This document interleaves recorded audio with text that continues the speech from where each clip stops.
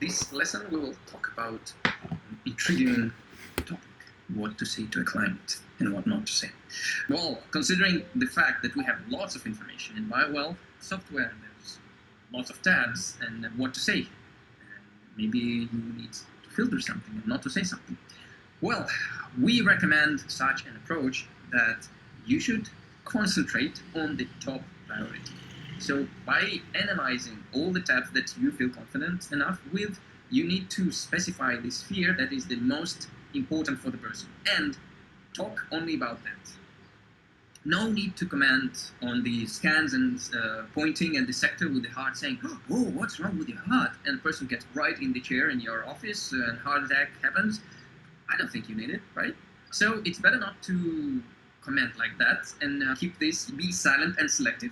So you look at all the tabs, you analyze everything, parametric visual analysis, mostly silently, just commenting in general. So this is that. But you give a conclusion only at the end, whilst you understand already what's going on with the person.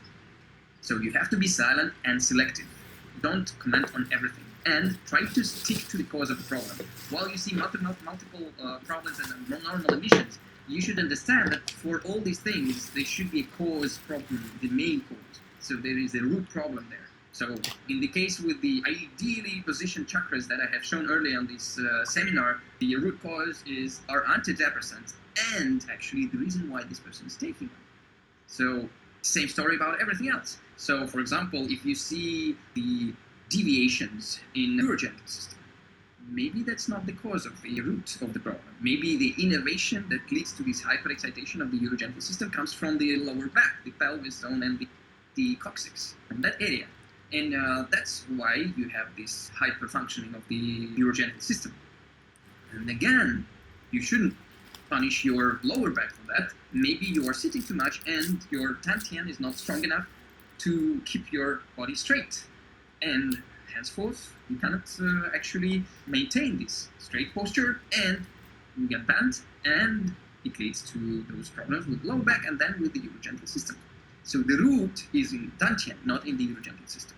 So you have, the more things you know about these kind of type of interconnections in the human body, the more accurate will be your diagnostics interpretation.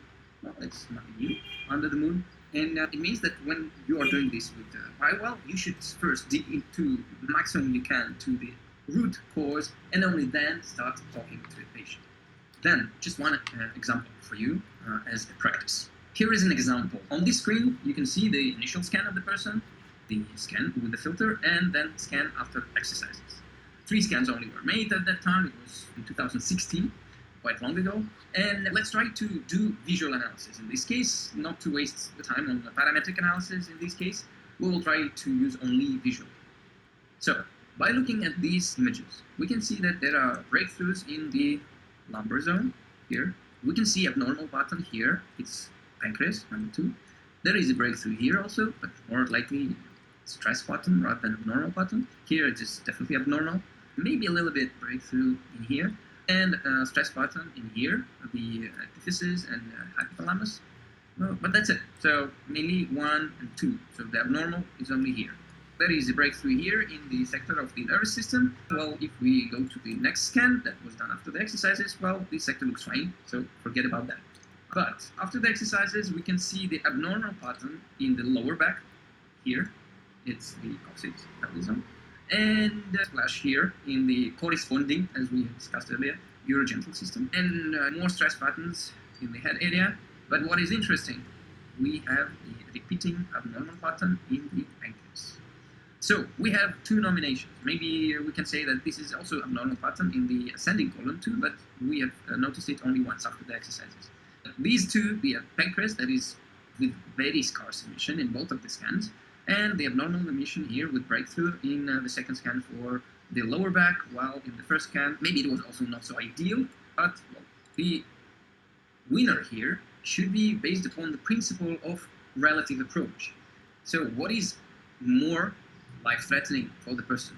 The lower back or the pancreas problem? Lower back, even if you break it, you still can survive and live in a wheelchair, right? But if pancreas will stop working, you're dead.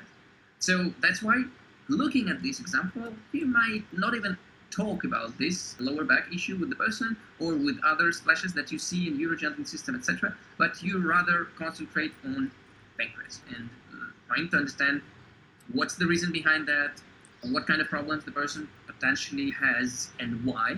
Well, in this case, this person has spent 5 years in prison with very bad nutrition there, so he had to eat what is available, leftovers. So you see, pancreas has given up, and according to these scans, pancreas functional energetic state is not so good. So this is the top priority for the person, to change the lifestyle and try to change the nutrition accordingly, to have a pancreas diet, to try to normalize the pancreas functioning.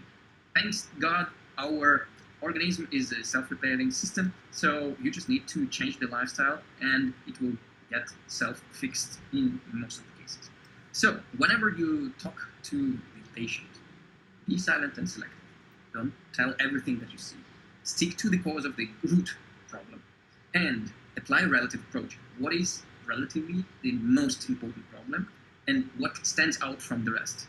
So while you see lots of abnormal patterns, you have to specify the one that is the most abnormal or that is related to the most life-threatening organ system. So relative approach is very important. Well, if you look into the nervous centers of this person, he's quite balanced.